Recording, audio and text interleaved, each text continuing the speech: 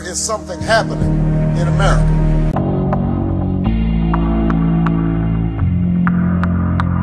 Just how far are you willing to go before you stand up and say no more to the federal government? About the biggest restructuring we have ever seen, not just of the global economy, but of the global order as a whole, of the New World Order. We have before us the opportunity to forge for ourselves and for future generations a new world order, a world where the rule of law, not the law of the jungle, governs the conduct of nations. You both were members of Skull and Bones, a secret society at Yale. What does that tell us? Not much, because it's a secret. We're both in Skull and Bones, the secret society. It's so secret we can't talk about it. What does that mean for America? Whatever we once were, we are no longer a Christian nation. Folks haven't been reading the Bible. The convergence of globalization and technology has created a new brand of terrorism. There were persons who, for whatever reason, came to view their home country as the enemy. The people in Washington, D.C.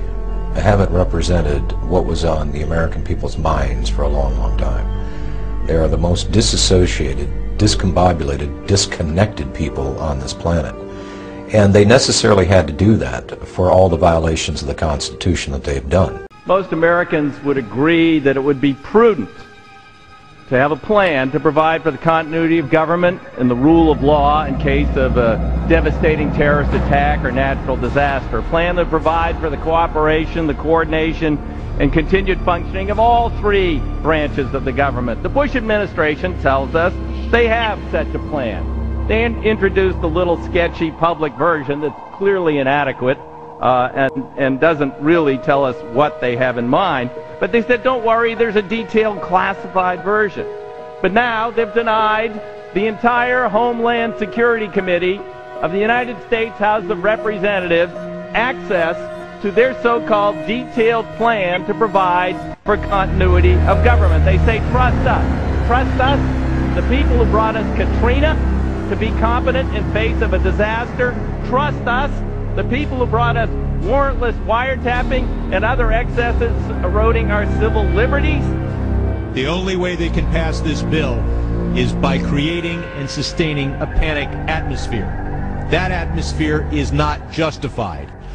Many of us were told in private conversations that if we voted against this bill on Monday, that the sky would fall, the market would drop 2,000 or 3,000 points the first day, another couple thousand the second day, and a few members were even told that there would be martial law in America if we voted no.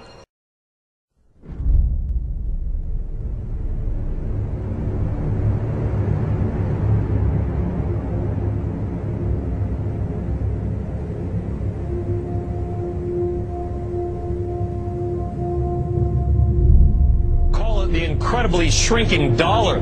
Well, first of all, the Federal Reserve is an independent agency, and that means basically that there is no other agency of government which can overrule actions that we take.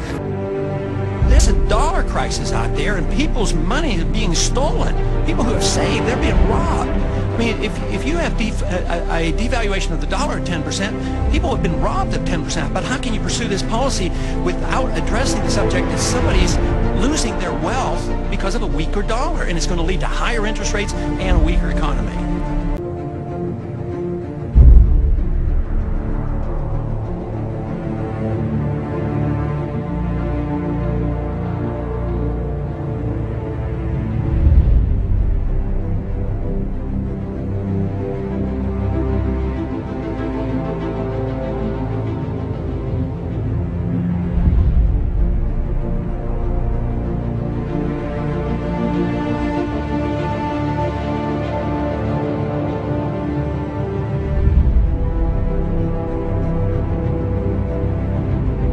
President Bush signed a formal agreement that will end the United States as we know it. This national feeling is good. And are we doing a good enough job teaching our children what America is and what she represents in the long history of the world? Is that I represent real hope for change. On economics, a departure from tax and spend economics to invest and grow. But before I can do that, I must challenge the American people to change. There is something happening in America. But the more you learn and the more you look at history, this weekend I was reading about the crash of 1907 and how that thing was controlled and what came out of that and came to the Fed. I mean, we're repeating the same mistake, and it was always to give these private individuals control, almost a fourth branch of government or a separate tree of our economic system. There is something happening in America. There is something happening in America.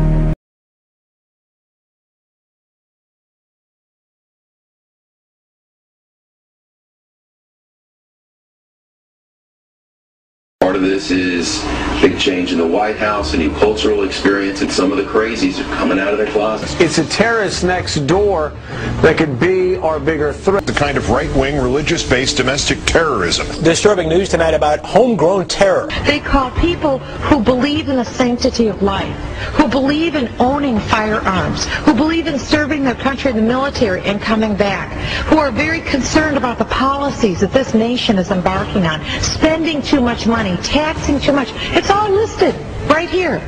These are the domestic right-wing extremists. These are the domestic right-wing extremists. Folks, we've got a very serious situation here. I'm holding what is called the right-wing extremism, current economic and political climate, fueling resurgence and radicalization and recruitment.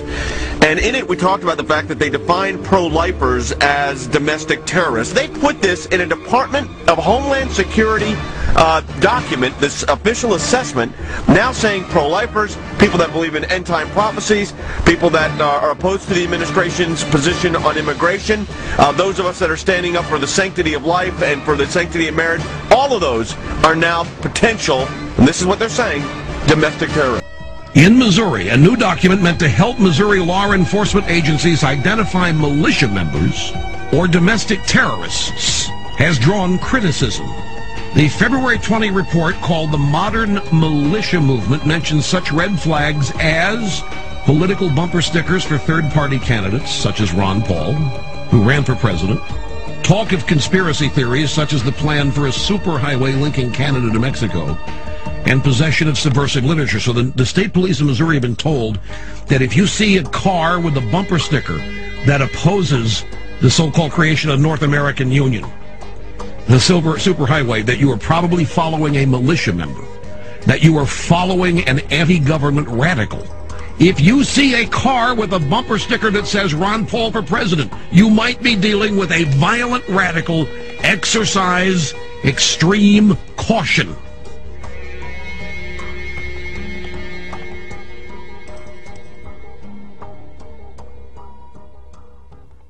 Listen, people. Things are bad. Things are real bad. And it's going to get a lot worse. So basically, if people need to wake up, start buying some of these, see? The people in Washington, D.C. haven't represented what was on the American people's minds for a long, long time. They are the most disassociated, discombobulated, disconnected people on this planet. And they necessarily had to do that for all the violations of the Constitution that they've done. But Barack Obama and his criminal gang did. And that's why they all New World Order now. 3.7 trillion of the American people's money. He's out collecting money for the state and also helping little old ladies.